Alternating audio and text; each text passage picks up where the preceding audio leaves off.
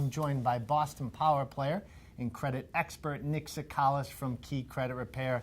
Nick, I want to address a topic that comes up frequently from the lending side, and that's pulling credit.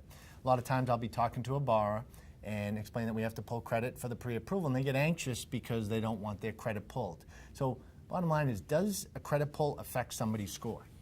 Short answer, no, it doesn't. Excessive inquiries can affect the credit score. Excessive being, you pulled your credit 15, 20 times in a 30-day period for the purpose of credit cards, personal loans, car loans, mortgages. You're just kind of going all around town checking your credit. That can be sometimes perceived as a possible flight risk. And it seems a little strange, but imagine, someone's about to leave the United States. They're moving to Australia tomorrow, and they decide, I'm going to get a bunch of free stuff to take with me.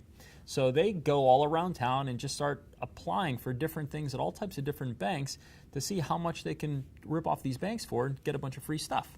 When the credit agencies, when FICO actually sees this sort of erratic behavior, they think that person could possibly be a flight risk. Okay, so what they will do to protect their client, which is the banks and the lenders, they will temporarily drop that credit score, not allowing you to get more financing. Okay, but if you're trying to get a mortgage and you're going to check your credit, you're going to try to get a proper rate quote, and you're going to call a few lenders to properly get your rate quote. You need to have your credit checked. So FICO is not going to penalize you for that. That's called a rate shopping inquiry. You're doing it for a similar purpose within a 30-day period. There is zero adverse effect on the credit score, and something that should not be avoided. Go forward with it. It's a no-brainer. You have to get that proper rate quote. Great information. So bottom line is, just as long as you're not shopping all over the country and opening up a bunch of different credit cards and auto loans and applying for a mortgage, you're actually good to go. More than fine. Thank you, Nick.